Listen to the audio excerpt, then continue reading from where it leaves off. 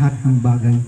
Alam namin na ang lahat ng aming ginagawa ay mawawala ng kabuluhan. Subalit, ang iyong pangalan kailanman ay hindi nilipas, Panginoon. Kaya dakilang Diyos, sa umagang pong ito, kami po ay dumudulog sa iyong luklukan.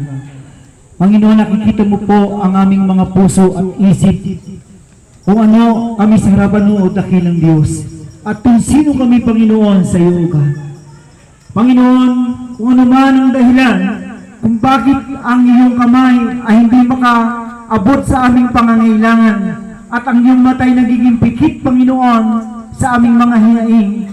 Dakilang Diyos, hallelujah, ang sabi mo, Panginoon, sa Isaias, Panginoon, nang dahilang sa kasalanan, kung bakit ang iyong tainga ay nagiging bingi, kung bakit ang iyong matay nagiging pikit, kung bakit ang iyong kamay, Panginoon, ay nagiging maikli para sa amin, dakilang Diyos. Kaya Ama, sa oras pong ito, anumang kasalanan namin